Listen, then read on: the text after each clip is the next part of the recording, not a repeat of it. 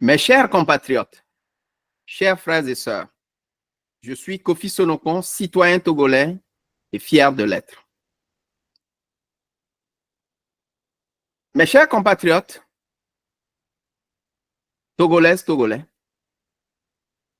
nous sommes arrivés à un moment de l'histoire de notre pays où nous devons absolument nous regarder droit dans les yeux et nous dire la vérité, rien que la vérité. Mais avant tout propos, je voudrais rendre grâce et gloire à l'Éternel, Dieu créateur du ciel et de la terre, vrai propriétaire du Togo, qui nous a donné ce territoire en partage. Donc, nous lui devons cela et nous devons lui rendre hommage. Je saisis cette occasion pour lui consacrer le Togo, en reconnaissant que sans lui, nous ne pouvons absolument rien faire. Je demande, dans cette courte prière que je suis en train de faire, qu'il puisse déployer son armée céleste et faire dissiper la peur dans le cœur de tout jeune Togolais.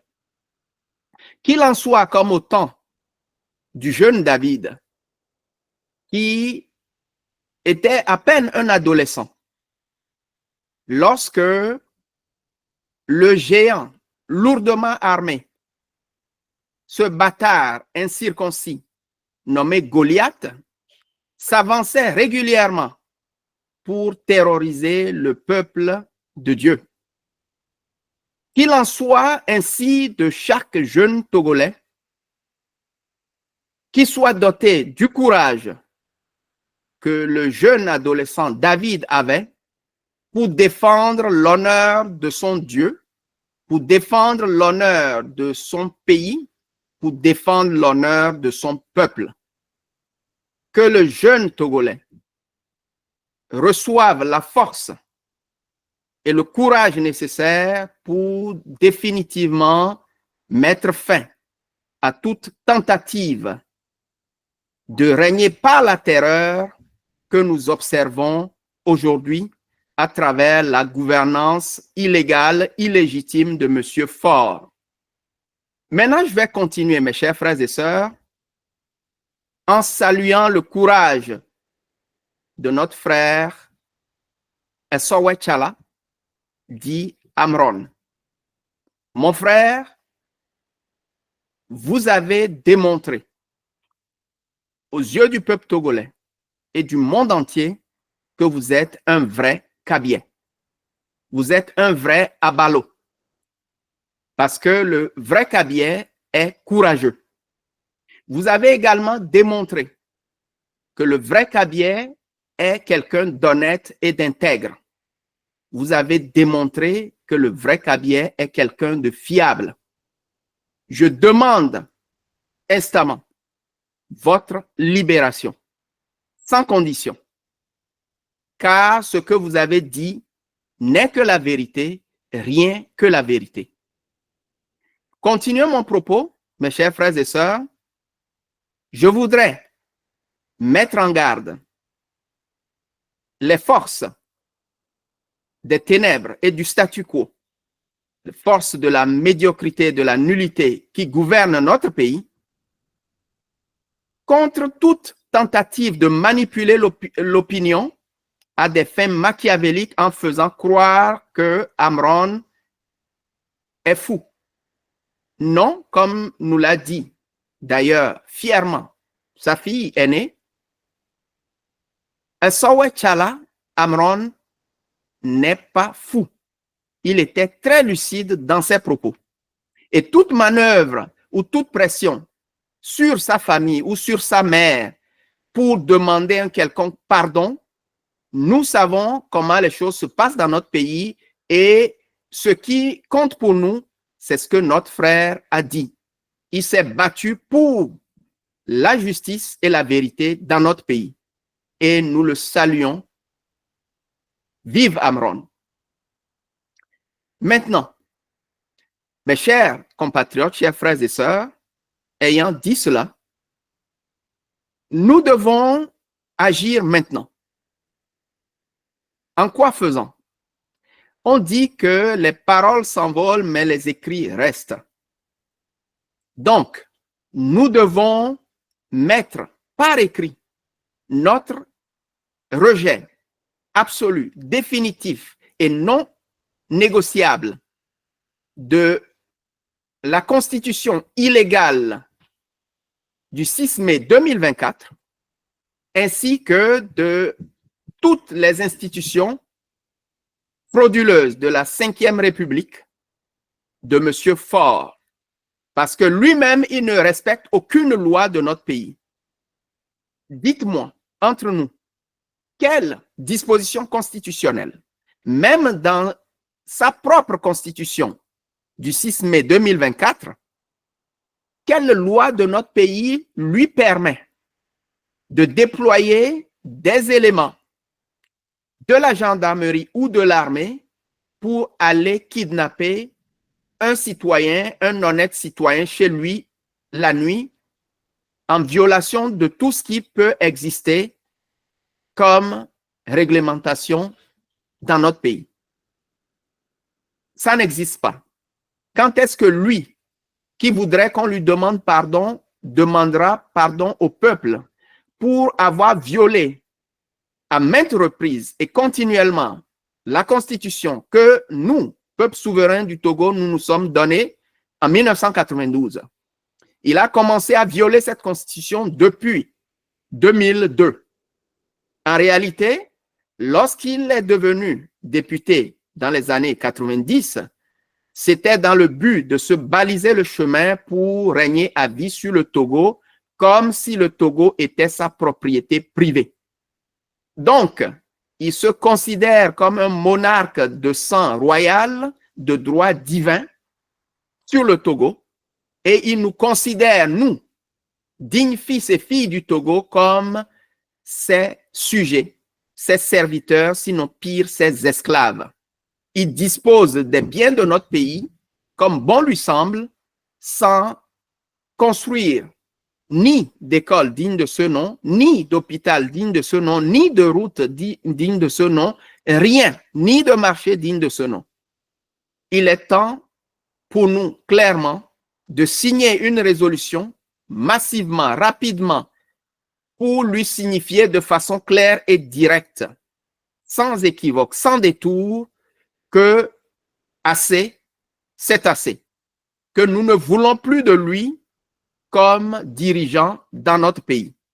C'est pour cela que je vous invite à signer ce que j'appelle la résolution du 27 mai 2025, qui a été mise en circulation quelques heures seulement après l'annonce de l'arrestation, pour ne pas dire le kidnapping illégal anticonstitutionnel de notre jeune frère Amron Essowe Tchala. Une fois que nous aurons atteint le nombre minimum de 100 000 signataires, cette résolution aura force de loi, car il s'agit d'une décision populaire et souveraine du peuple souverain du Togo. Cette souveraineté, d'ailleurs, que M. Faure a prétendu à maintes reprises reconnaître et à laquelle il a affirmé se soumettre.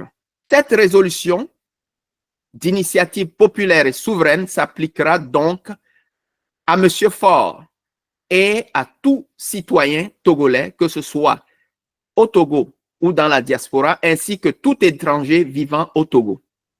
Nous nous en servirons pour informer les partenaires du Togo de la fin de la constitution illégale du 6 mai 2024 ainsi que de la frauduleuse 5e République de M. Faure.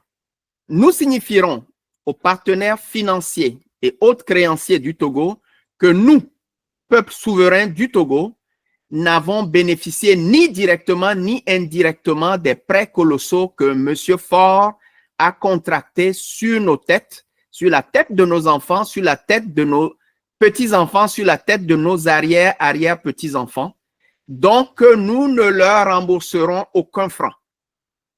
Qu'ils s'arrangent parce qu'ils en ont les moyens de repérer tous les avoirs et les biens de M. Faure à travers le monde pour les saisir et se faire ainsi rembourser. Et s'il y a des reliquats, après cette transaction, qu'il nous restitue donc ce reste-là.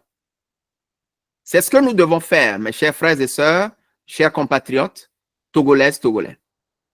Nous nous servirons également de cette résolution pour tenir pour la première fois ce que j'appelle le sommet pour l'avenir du Togo, au sortir duquel nous mettrons sur pied des organes de transition pour pouvoir entamer donc une période transitoire sans M. Faure.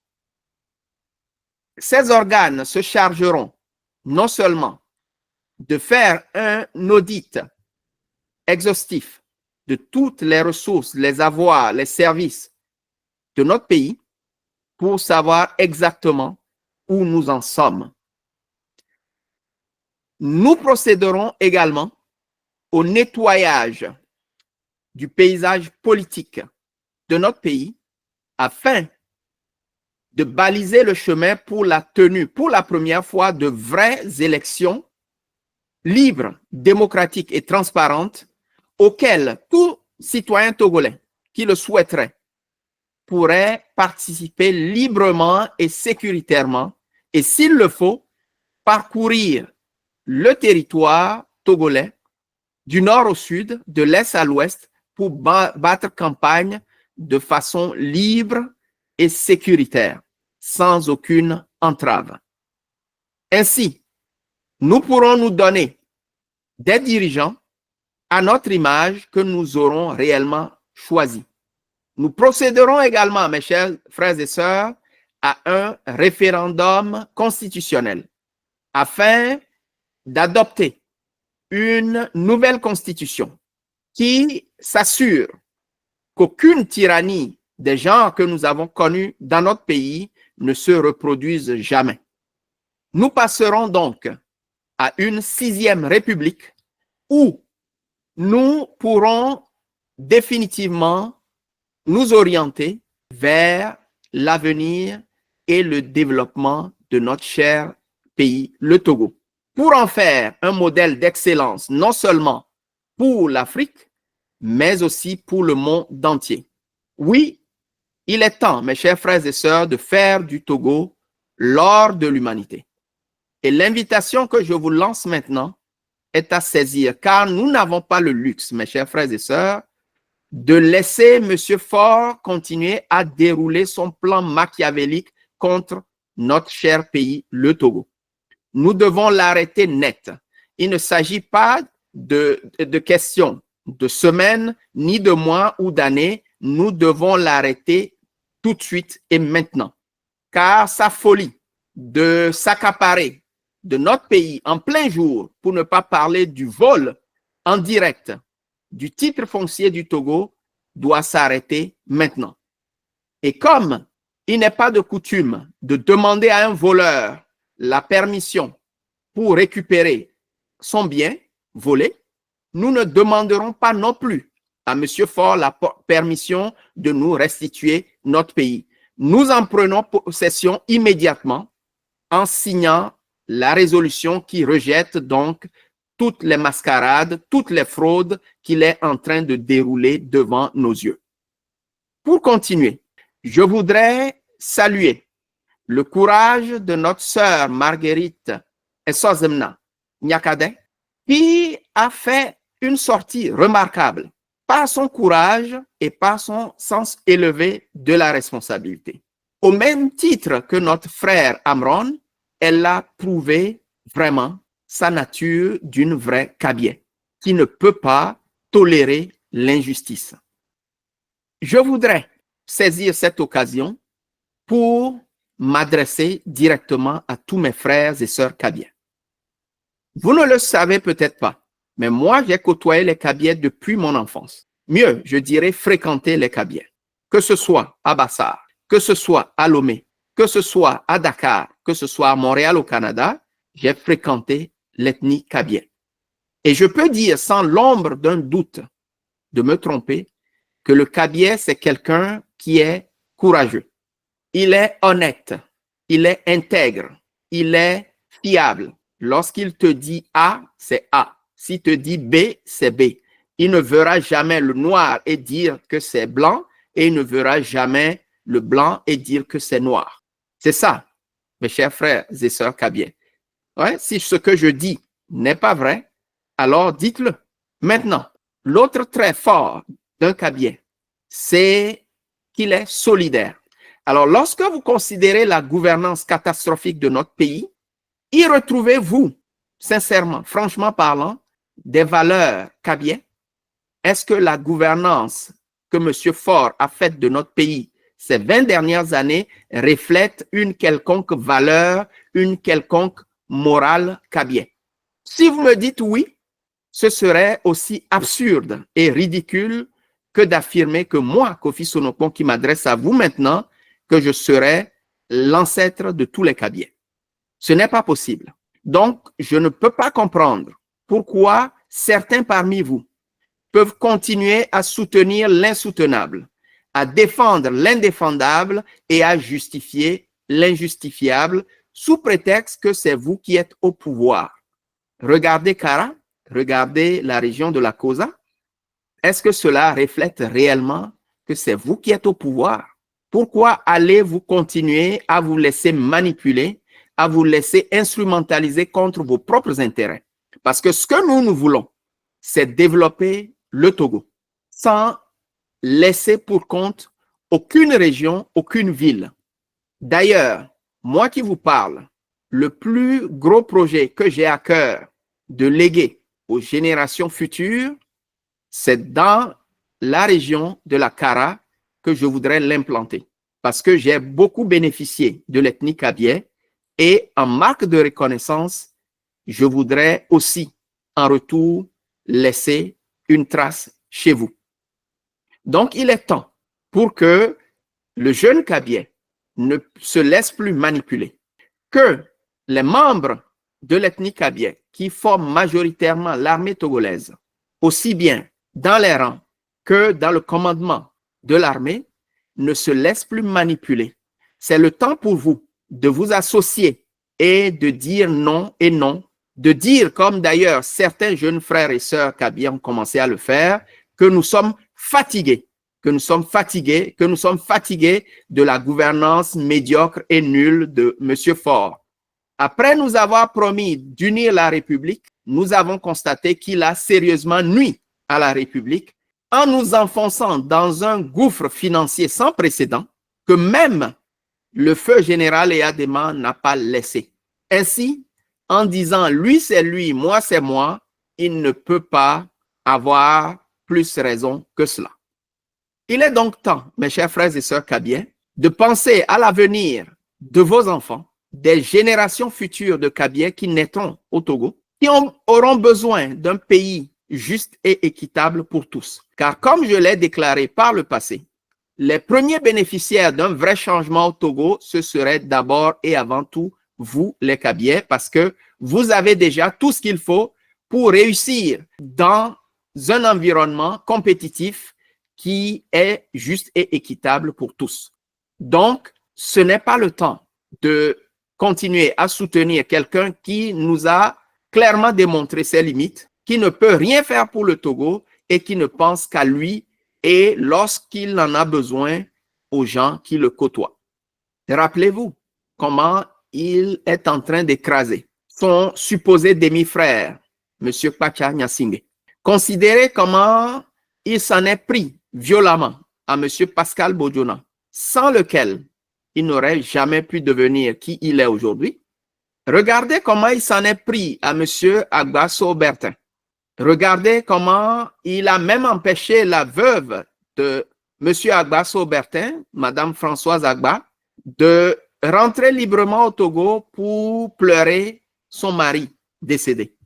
Sans pitié et illégalement, il l'a jeté en prison et lui a refusé toute assistance médicale malgré que cette dernière souffrait de cancer. Regardez comment il a injustement traité le commandant Olivier Amapoko. Regardez comment, sans pitié, il a refusé au commandant François Akleso Boka de rentrer pour enterrer dignement sa mère. Est-ce que cette façon d'agir reflète réellement la solidarité légendaire du peuple kabien? Si vous osez me dire oui, pour moi, ce serait aussi ridicule, aussi absurde que d'affirmer que moi, je suis l'ancêtre des Kabyais. Donc, mes chers frères et sœurs Kabyais, ressaisissez-vous. Faites ce qui est bon pour vous, ce qui va dans votre intérêt et ce qui va dans l'intérêt supérieur de tous les Togolais. Il est donc temps, mes chers frères et sœurs Kabyais, de vous rendre compte que vous êtes manipulés, instrumentalisés contre vos propres intérêts et qu'il est temps de dire absolument non, que ça ne peut plus continuer. Soutenez cette résolution qui met définitivement fin à la gouvernance médiocre, nulle de M. Faure pour reprendre possession de notre pays et pour que chaque citoyen togolais, quelle que soit son ethnie, quelle que soit son obédience religieuse ou philosophique, puisse librement, de façon juste et équitable, bénéficier des biens et des ressources du Togo. C'est tout ce que nous voulons. Mes chers frères et sœurs, chers compatriotes togolais, le temps est arrivé où nous devons agir. En le disant, je n'ai aucun agenda caché.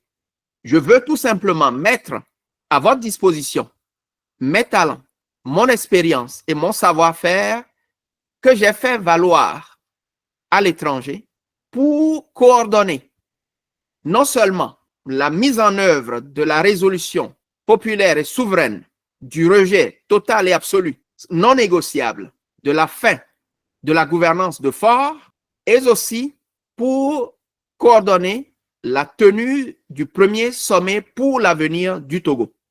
Je n'ai donc aucun agenda caché. Je ne vous demande pas de me suivre.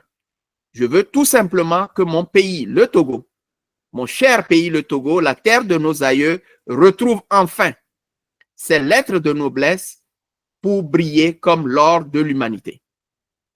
Alors, je lance un appel à tous les vrais patriotes du Togo, à tous ceux qui aiment le Togo, que ce soit au Togo et à l'étranger, d'agir maintenant pour que nous puissions reprendre possession de notre cher pays, le Togo, et de le bâtir ensemble, main dans la main, pour l'ériger en un pays respectable et respecté par tous.